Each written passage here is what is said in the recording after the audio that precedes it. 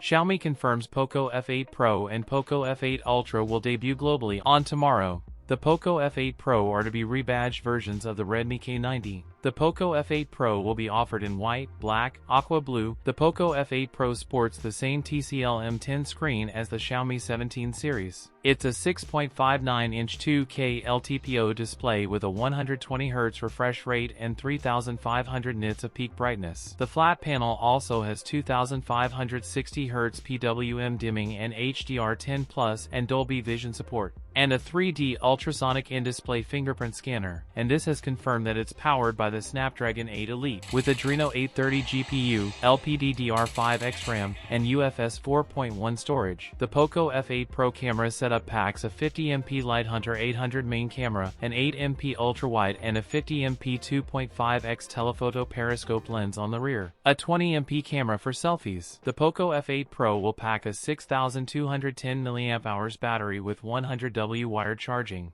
That's it for today's video. If you enjoyed it, don't forget to like, comment, and subscribe for more content. Thanks for watching, and I'll see you in the next one.